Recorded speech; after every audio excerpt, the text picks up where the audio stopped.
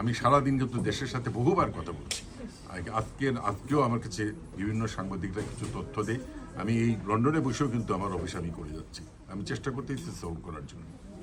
যেটা এতদিন ধামাচাপা ছিল, আমি আসার পরে 3টা মিটিং হয়েছে, ওইখানে আমরা ঠিক করব একজন ডাক্তার কতজন রুগী দেখতে পারবে। আমি যদি রাত 3টা পর্যন্ত রুগী দেখবো, তারপরে তো সে ক্লাস নিতে পারে না অনেক। এই কাজগুলো আমরা করছি, এখনো ঠিক হয় নাই। আমরা একটা, তবে ফিসটার ব্যাপার হচ্ছে কে কীরকম নিবে এটা তো যার ব্যক্তিগত ব্যাপার, এখানে কিছু করার নেই। তবে চিকিৎসা যে ল্যাবরেটরি যে চার্জগুলো, এইগুলো আমরা একটা ফিক্স করে দিব যেন সব জায়গায় একরকম থাকে। বলে গেছিলেন যে দেশের চিকিৎসা মানুষের দোরগোড়ায় পৌঁছে দিতে হবে। আজকে আমি মন্ত্রী হওয়ার পরে কিন্তু দেশের প্রত্যেকটা উপজেলায় ভালো কাজ হচ্ছে এবং কয়েক জায়গায় অপারেশনও হচ্ছে। আমি আসার আগেও সেটা দেখে আসছি, আমি ঘুরে বেড়াচ্ছি। আমি নড়াইল গেছিলাম, আমি সিলেট গেছিলাম, চিটাগাং, কুমিল্লা, আমি যাওয়ার পরে আবার যাব। তো আমরা যদি ওই উপজেলা হেলথ কমপ্লেক্সগুলোকে একটু উন্নত করতে পারি, রুগীরা ঢাকা আসবে না। ঢাকা মেডিকেলে রুগীরা মাটিতে শুয়ে থাকে, সরোয়ার্দিতে মাটিতে শুয়ে থাকে। এই ইনস্টিটিউটগুলো কিন্তু শুধু রোগীর সেবা না, এখানে চিকিৎসা রিসার্চের কাজ হয়। তো সুতরাং আমাকে ওই প্রান্তিক জনগোষ্ঠীর কাছ থেকে চিকিৎসার ব্যবস্থা করতে হবে। আরেকটা জিনিস আমি বলি, আমার চিকিৎসকদের সুরক্ষা দিতে হবে। বাংলাদেশে একটা প্রবাদ আছে, কেউ মারা গেলেই ভুল চিকিৎসার নামে ডাক্তারদের উপর অ্যাটাক করা হয়।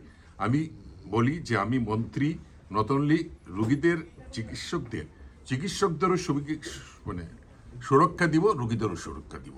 এই লক্ষ্যে আমি কাজ করে দেবো। জয় বাংলা। রাজনীতির সাথে জড়িত ছিলাম, কিন্তু বক্তৃতা দেওয়ার শেখ রেহানা এখানে এসেছিলেন, তখন আমাকে বললেন আমি শুনেছি সামন্তদা তোমার আত্মীয়। বলে হ্যাঁ, উনি আমার আত্মীয়। কিন্তু তখন দাদা যেভাবে আপনার কথা বলেছেন যে খুব ভালো একজন মানুষ, এই মানুষটিকে আমরা পেয়েছি বলেই আমার মনে হয় আমরা আমরা আমরা অনেক কিছু বলছি না দাদা। আপনার ঠাকুরের কাছে দীর্ঘায়ু কামনা করছি। আর দাদা এবং আমাদের সনাতনের যারা আমরা চেয়েছি আমাদের সনাতনের জন্য কিছু করার, আপনি একটু মুখ খুলেই হয়ে যাবে, আর কিছু লাগবে না। ভালো থাকবেন। ধন্যবাদ রবীন চৌধুরী।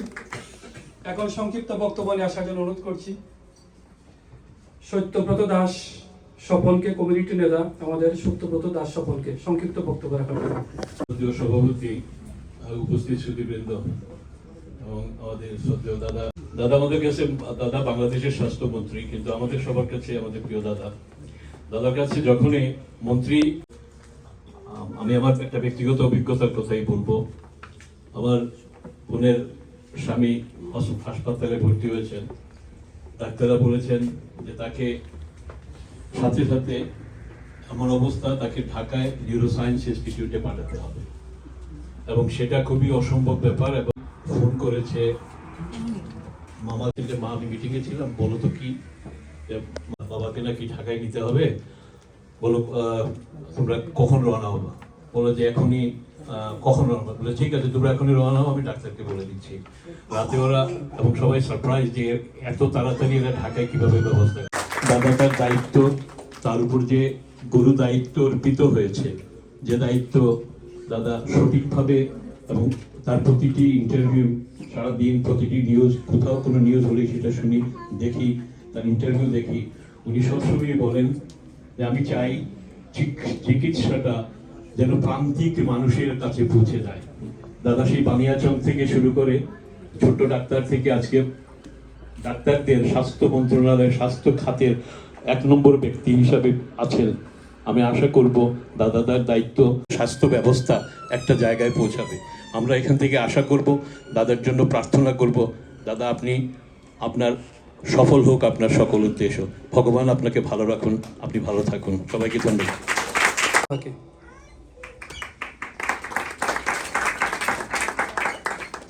সবাইকে শুভেচ্ছা।